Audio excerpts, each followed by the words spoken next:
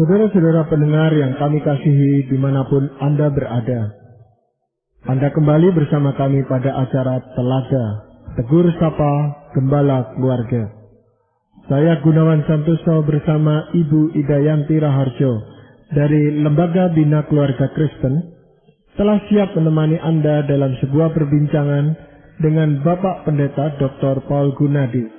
Beliau adalah seorang pakar dalam bidang konseling dan dosen di Seminari Alkitab Asia Tenggara, Malang. Kali ini kami akan berbincang-bincang tentang komunikasi suami istri. Kami percaya acara ini pasti akan sangat bermanfaat bagi kita sekalian. Dan dari studio kami ucapkan selamat mengikuti. Pak Paul, kita memang menyadari bahwa salah satu bagian di dalam kehidupan suami istri atau hubungan pernikahan adalah komunikasi. Tetapi juga disadari bahwa itu bukan sesuatu hal yang mudah, karena itu seringkali terjadi benturan-benturan di dalam kita berkomunikasi dengan pasangan kita. Nah, pada kesempatan ini mungkin yang bisa kami akan bahas adalah bagaimana sebenarnya suami istri itu harus membangun komunikasinya sedemikian rupa sehingga betul-betul menumbuhkan kehidupan mereka sebagai suami dan istri. Jadi mutu daripada pernikahan itu gitu Pak Paul. Ya. Jadi apa itu yang komunikasi yang sebenarnya itu Pak Paul? Pak Gun, sebetulnya prinsip komunikasi adalah satu yang paling penting, yaitu kejelasan. Jadi apakah saya berhasil berkomunikasi atau tidak diukur dari satu, yaitu apakah yang saya katakan didengar dan dipahami dengan jelas oleh lawan bicara saya. Meskipun saya ini pandai berorasi, namun kalau yang saya ingin sampaikan tidak diterima persis sama dengan yang saya kehendaki, saya telah gagal berkomunikasi. Nah, ternyata hal komunikasi bukanlah hal yang mudah. Apalagi kalau dikaitkan dalam konteks rumah tangga, suami istri. Ternyata salah satu ciri keluarga yang bermasalah adalah rusaknya komunikasi di antara suami dan istri. Begitu. Ada lagi yang malah lebih jauh, yakni rusaknya komunikasi antara suami istri atau orang tua dan anak-anak mereka, begitu. Ya, tapi menurut pengalaman kita tentunya Pak Boleh, pada waktu pacaran itu Pak Boleh, pada waktu kita pacaran itu kan sudah banyak yang kita omongkan, bahkan kita bisa ngomong berjam-jam itu dengan ya pacar kita itu yang sekarang jadi pasangan hidup kita. Tapi kenapa tiba-tiba setelah menikah itu lalu ini malah jadi hambatan itu. Padahal dulu waktu pacaran kan ini menjadi sesuatu yang didambakan itu. Ya. Senang mendengar suaranya, bisa ngomong dengan dia gitu. Ya. Kita mesti melihat beberapa hal di sini Pak Gun. Yang pertama adalah sewaktu berpacaran kita ini berbicara pada level yang relatif dangkal. Jadi kedalaman komunikasi itu biasanya memang harus melewati proses waktu dan pengenalan. Tanpa pengenalan yang dalam, tanpa waktu yang panjang, dan tanpa kesempatan mengarungi hidup bersama-sama, komunikasi kita tidak akan bisa dalam. Nah, pada masa berpacaran komunikasi memang ya seyogianya ya tidak bisa dalam karena kita belum mengarungi hidup bersama-sama. Kita belum melewati proses waktu yang panjang dan kita belum berkenalan dan mengenal pasangan kita dengan benar-benar intim. Sehingga akhirnya komunikasi kita ya relatif berkisar pada hal-hal yang cetek atau yang dangkal. Dan yang berikutnya lagi adalah pada masa berpacaran itu, komunikasi kita memang komunikasi yang saya boleh gunakan istilah sesuai dengan kehendak atau kenyamanan kita, yang convenient. Artinya, kita kan bicara pada waktu kita ingin bicara. Kita menelpon dia tatkala memang berhasrat menelpon dia. Kita pergi dengan dia, tatkala memang kita berkunjung ke rumah dia, ingin bertemu dengan dia. Dengan kata lain, pertemuan kita atau kontak kita dengan pacar kita dilakukan pada umumnya ya, pada waktu-waktu yang lumayan cocok dengan jadwal kita. Setelah kita menikah, hal itu tidak lagi dikuasai oleh kita. Kita harus bertemu dengan pasangan kita di waktu di mana ada kalanya kita tidak ingin bertemu dengan siapapun. Kita harus bicara dengan pasangan kita di waktu kita sebetulnya lagi tidak ingin bicara dengan siapapun. Nah, jadi benar-benar dua konteks kehidupan yang berbeda. Nah, pada saat kita tidak ingin bicara, terus diajak bicara dan harus bicara, disitulah komunikasi bisa terganggu, Pak Gun. Jadi kita cenderung bisa bicara dengan baik kalau memang kita lagi mau bicara saat itu dan memang hati kita lagi senang. Namun kita tahu setelah menikah ya hal itu tidak bisa lagi kita miliki ya. Jadi jelas Pak Pol, komunikasi itu sangat dipengaruhi dengan emosi, dengan pikiran ya. Betul. Tapi mungkin ada gaya-gaya komunikasi ya Pak Pol ya. Mungkin Pak Pol bisa memberi contoh. Karena setiap orang itu cara berkomunikasi itu kan nggak ngerti ya Pak Pol. Betul. Gaya-gaya yang betul. Positif. Mungkin Pak Pol bisa memberi contoh. Dan sudah pasti gaya komunikasi kita ini akhirnya mempengaruhi komunikasi kita dengan pasangan kita. Nah, ada yang mudah memahami gaya komunikasi kita, ada yang kesulitan sebab biasanya gaya komunikasi dua orang itu tidak sama. Walaupun mereka suami istri gitu ya. Walaupun mereka suami istri begitu. Itu justru yang menarik gitu. Iya. Salah satu gaya yang umum ya, dan ini biasanya dimiliki oleh pria. Yakni gaya yang boleh saya gunakan sebutan si asumsi atau si menganggap. Artinya orang ini menganggap bahwa seharusnya engkau sudah tahu apa yang saya ingin katakan. Jadi sebelum saya katakan, yang engkau sudah ngerti lah. Dan intinya adalah saya tidak usah katakan lagi, gitu. Nah ini salah satu gaya komunikasi yang tidak sehat. Karena akhirnya lawan bicara kita akan bingung apa yang sedang kita pikirkan, dia tidak tahu sebab kita tidak ungkapkan. Tatkala dia tidak memberikan jawaban atau melakukan yang kita harapkan, kita marah dan akhirnya kita merasa orang ini tidak mengerti kita, begitu. Sebaliknya ada juga orang yang kalau mengatakan sesuatu itu berputar dulu gitu Pak Pol ya. Ada yang jadi begitu. Tidak to the point ya, tapi penuh dengan kata-kata yang bersayap gitu sehingga kita itu sulit memahaminya itu Pak Pol. Betul sekali.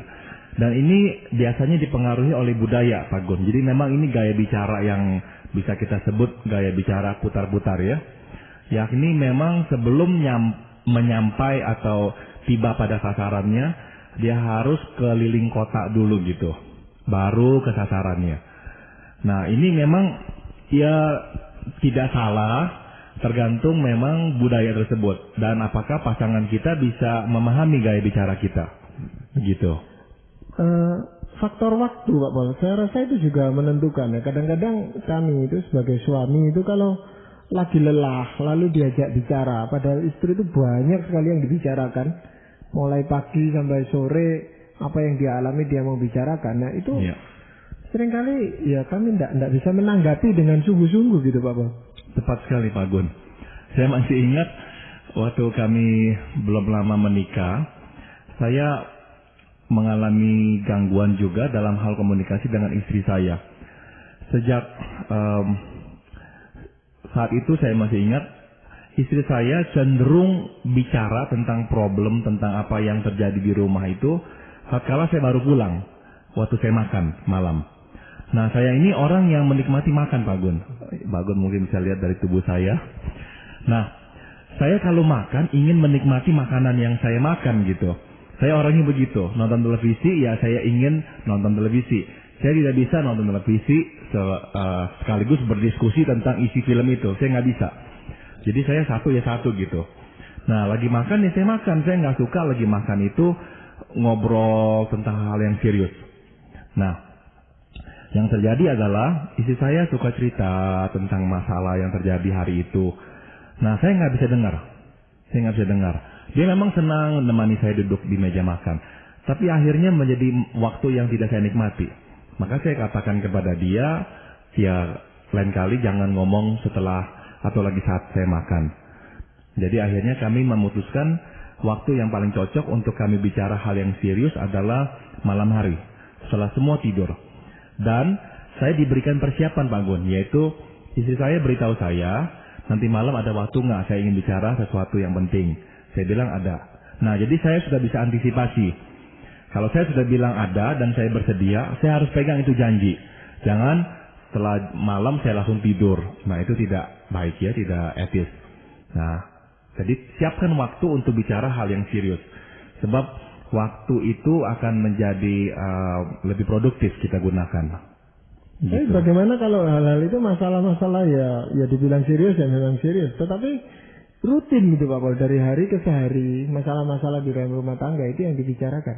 Maksudnya yang sama gitu? Ya hampir sama, mirip itu. Masalah anak-anak, masalah harga barang itu kan tidak terlalu membutuhkan banyak pemikiran itu Pak Paul. Nah kalau itu dibicarakan pada jam-jam makan, apakah itu juga mengganggu gitu? Tergantung orangnya.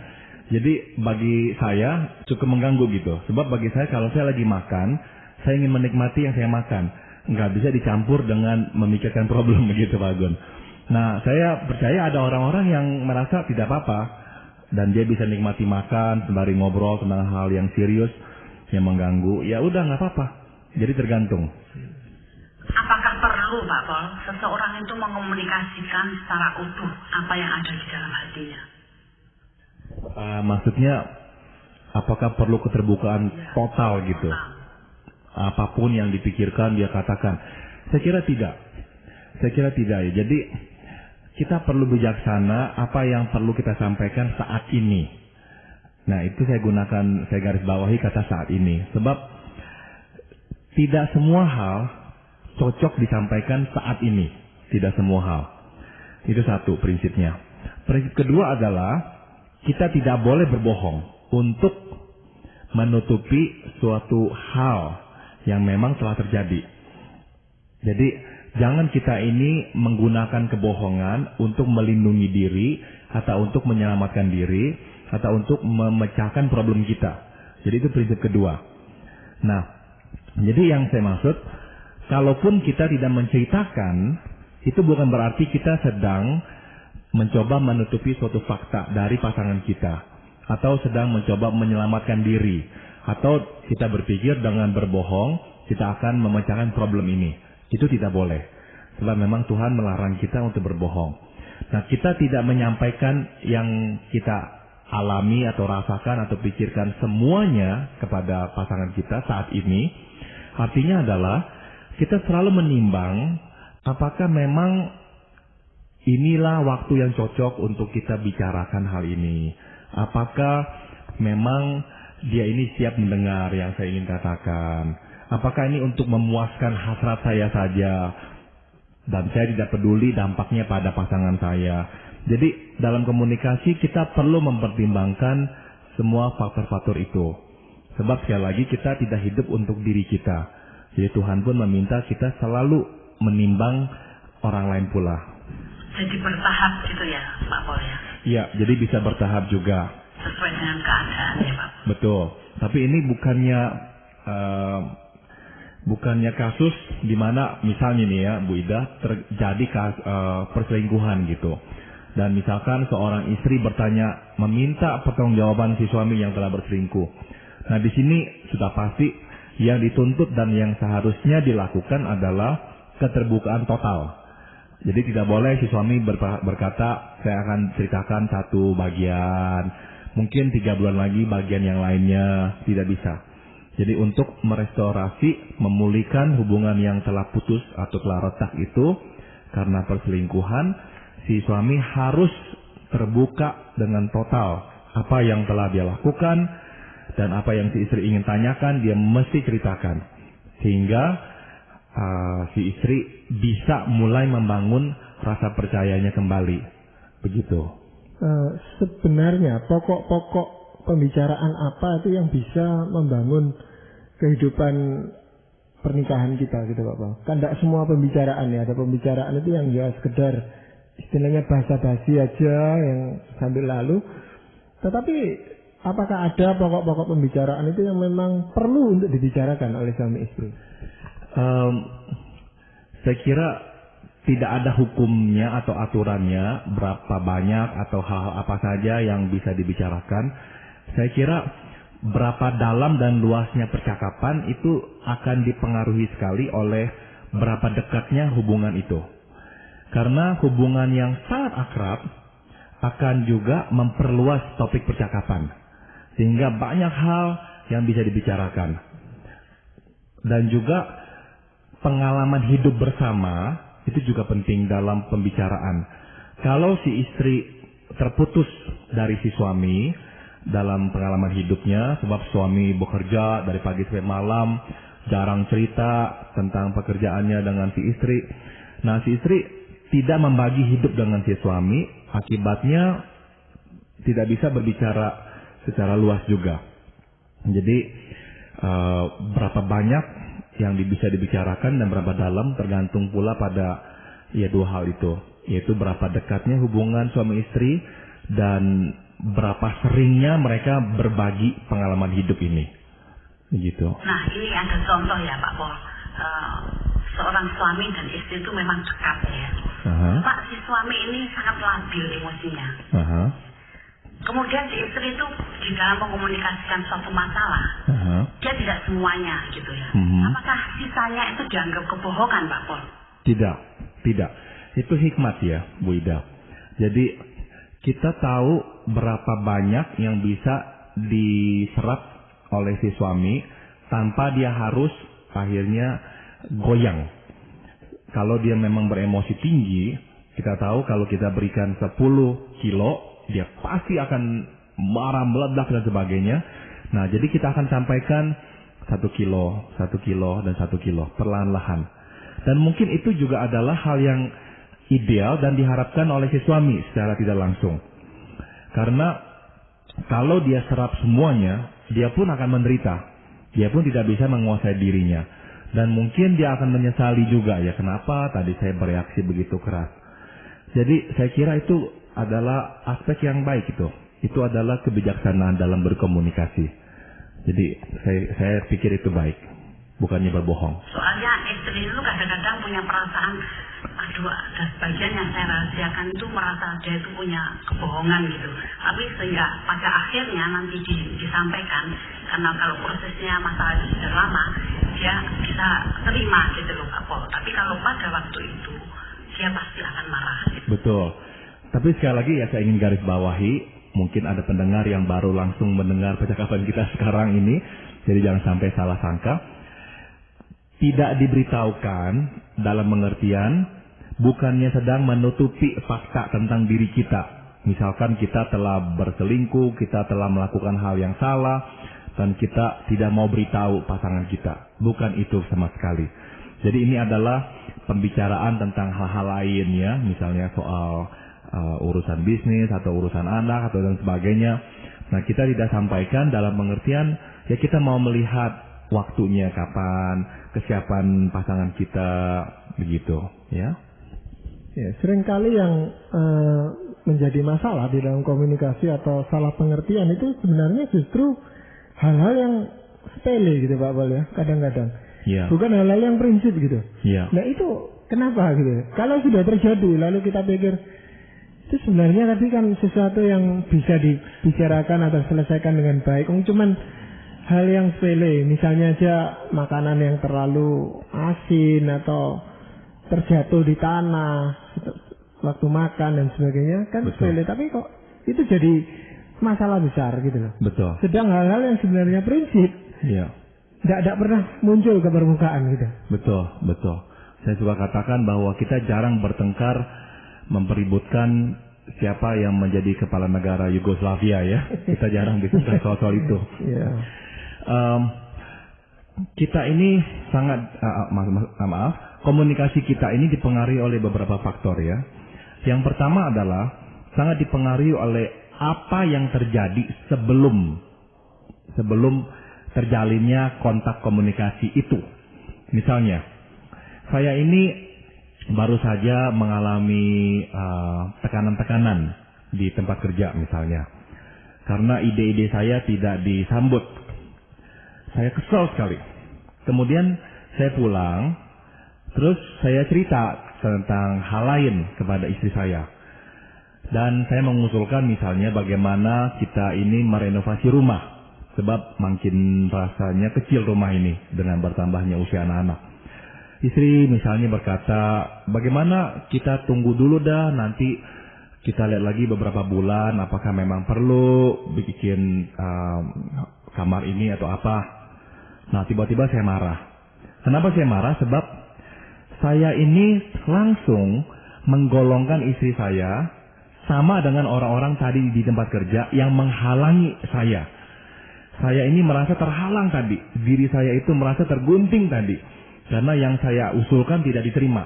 Sekarang saya mengusulkan hal yang lain, tidak berkaitan dengan pekerjaan saya. Tapi istri saya meminta saya menangguhkan terlebih dahulu. Saya marah sekali. Nah, di situ kita lihat bahwa komunikasi tergantung atau dipengaruhi oleh apa yang terjadi sebelumnya. Sebab kita cenderung mengkategorikan atau menggolongkan orang berdasarkan apa yang terjadi sebelumnya. Meskipun kasusnya tidak sama-sama sekali. Begitu. Jadi itulah salah satu contoh kenapa kita ada kalanya meledak atas hal-hal yang kecil, Pak Gun. Iya. Apakah pihak ketiga itu bisa mempengaruhi komunikasi suami istri? Maksud saya misalnya di sana ada mertua atau orang lain yang ada di sana, saudara kita gitu. Itu kan seringkali komunikasi kita itu tidak bebas kalau kita itu waktu berdua gitu Pak Bos. Tepat sekali. Sangat dipengaruhi Pak Gun. Jadi hal kedua yang bisa mempengaruhi komunikasi kita adalah kehadiran orang lain. Bisa positif, bisa negatif. Iya. Bisa misalnya gara-gara ada mertua, kita nggak berani ngomong kasar. Iya. Begitu. Atau kebalikannya Pak Gun.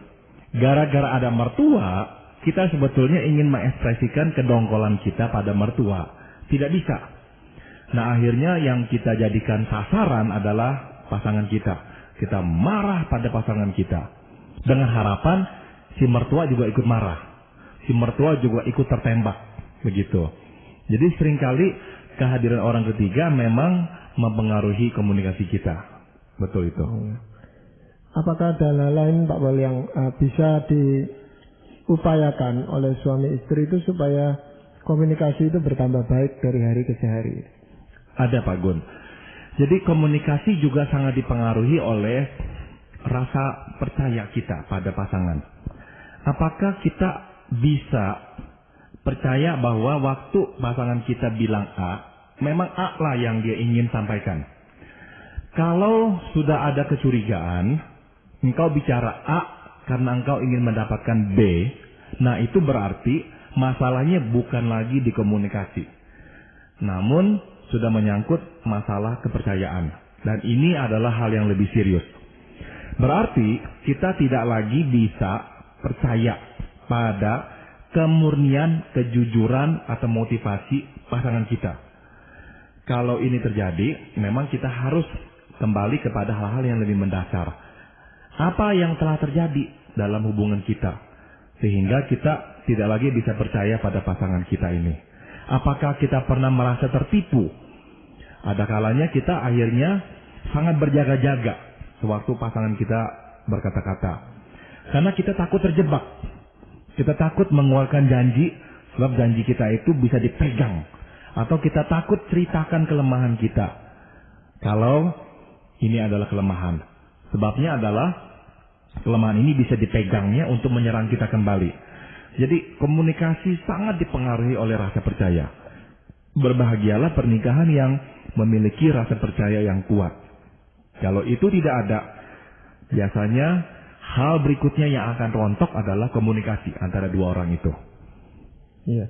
Saya ingat bahwa firman Tuhan selalu mengingatkan kita agar kita itu kalau ngomong ya yang lemah lembut gitu Pak Pol ya.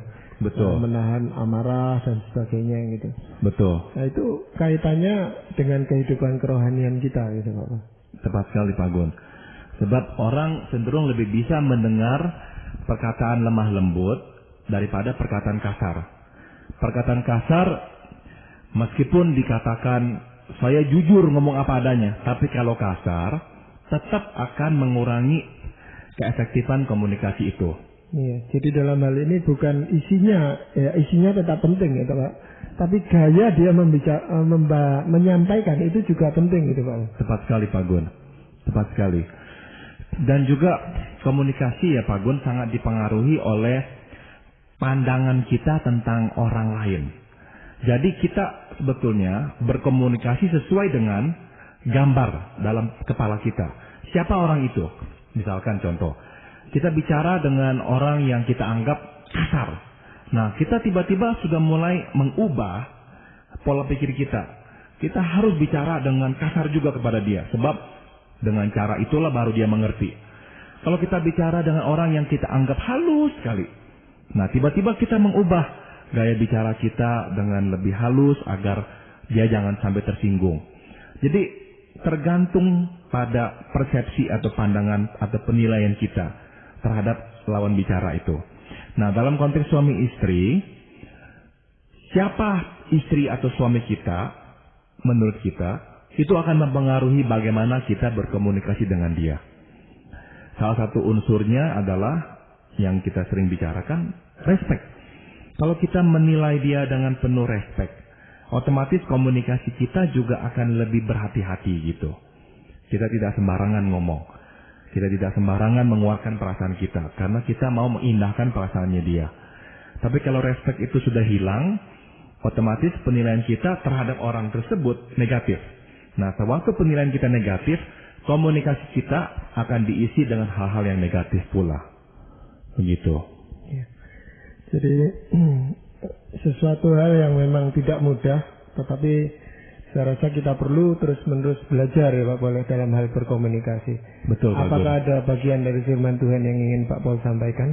Ada ini Pak Gun, saya akan ambil dari Efesus pasal 4 ayat 15. Tetapi dengan teguh berpegang kepada kebenaran, di dalam kasih kita bertumbuh, di dalam segala hal ke arah Dia, Kristus yang adalah kepala. Nah, ini terjemahan bahasa Inggrisnya Pak Gun ya, lebih bagus, yaitu speak the truth in love. Ya, kita bertumbuh ke arah Kristus, tapi syaratnya adalah bicaralah hal yang benar di dalam Kristus dan dalam kasih. Ya, terima kasih Bapak. Dan demikianlah tadi telah kami persembahkan ke hadapan Anda sebuah perbincangan seputar komunikasi suami istri bersama Bapak Pendeta Dr. Paul Gunadi dalam acara Telaga, Tegur Sapa Gembala Keluarga. Kalau Anda berminat untuk melanjutkan acara ini, kami persilakan Anda menghubungi kami lewat surat. Alamatkan surat Anda ke Lembaga Bina Keluarga Kristen atau LBKK, Jalan Cimanuk 58, Malang. Kami mengucapkan banyak terima kasih untuk surat-surat yang sudah Anda kirimkan kepada kami, namun kami tetap menantikan saran-saran, pertanyaan, serta tanggapan Anda. Sampai jumpa pada acara Telaga yang akan datang.